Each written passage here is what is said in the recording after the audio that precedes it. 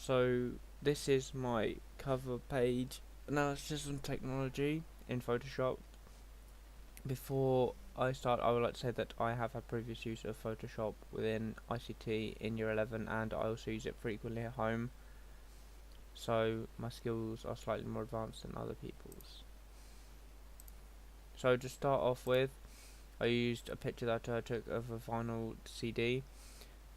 This I then added to the background and used Ctrl T in order to shape it to the size of the page.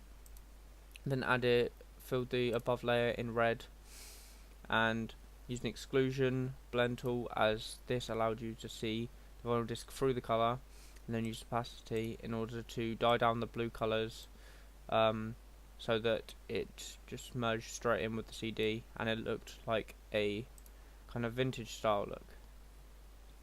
I then added the title to my magazine. I started off with a kind of the text in Photoshop, and then I rubbed out certain areas and merged them together in order to create this kind of cool merging effect between the letters and each other. I then added the galaxy background, which I later changed to just black because I felt like it looked a lot better than the galaxy, and it also worked better with the background. I then added effects such as the stroke around the edge. This helps to separate it from the background, and also a bevel so that it looks more 3D and stands out more to the audience. Then for my main image, I started off with my main body. This is from a photo I edited out of the background and then cropped out his head as well. Then I added a drop shadow, which allows this is what the drop shadow is doing. The drop shadow is like merging it with the background so it doesn't look too out of context, and the edge shadow gives it a bit more as well depth. And then I added a stroke around the edge to separate from the background once again, and then beveled it so that it stands out more to the audience.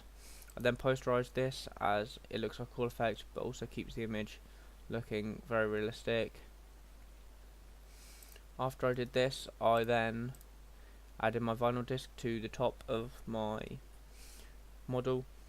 This was a photo that I took, and then used an effect around the edge in order to create this. I then posterized this, which brings the colours out a bit more, as this made the image look brighter.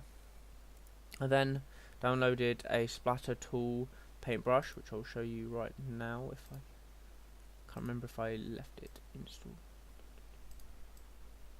Here we are. So, and then I resized it.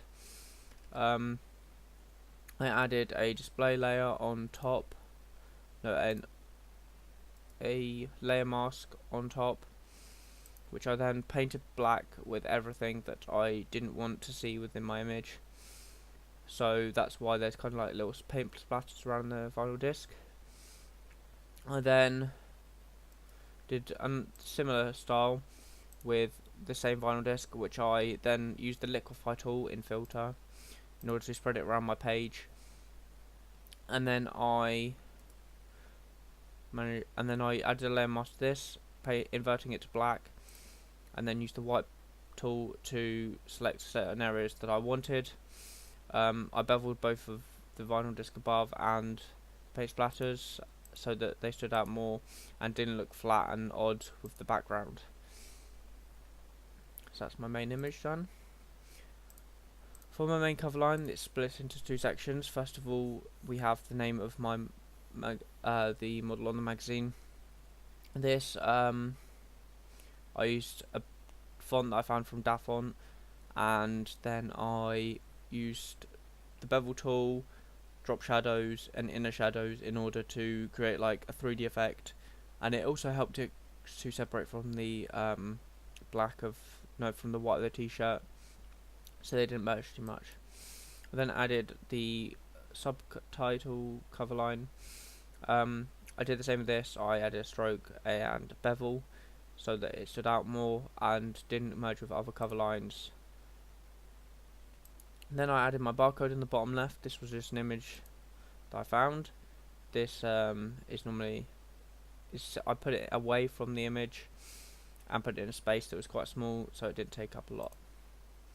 I then added my issue number and date. This is in the same font as my subtitle, as I wanted to keep a clean font throughout. And then did the same with my USP, adding it above the title so that it's in a small area but it's still readable and will be read kind of with the title. Then I added my cover stories. These were in the same font, and I added a black stroke around the edge to separate it from the background. However, I feel like the black stroke isn't enough, so I would have added a slightly larger black stroke if I was to do it again, which I could do now.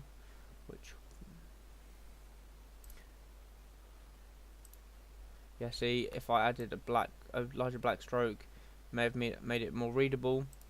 However, yeah. And then I used the plus at the bottom.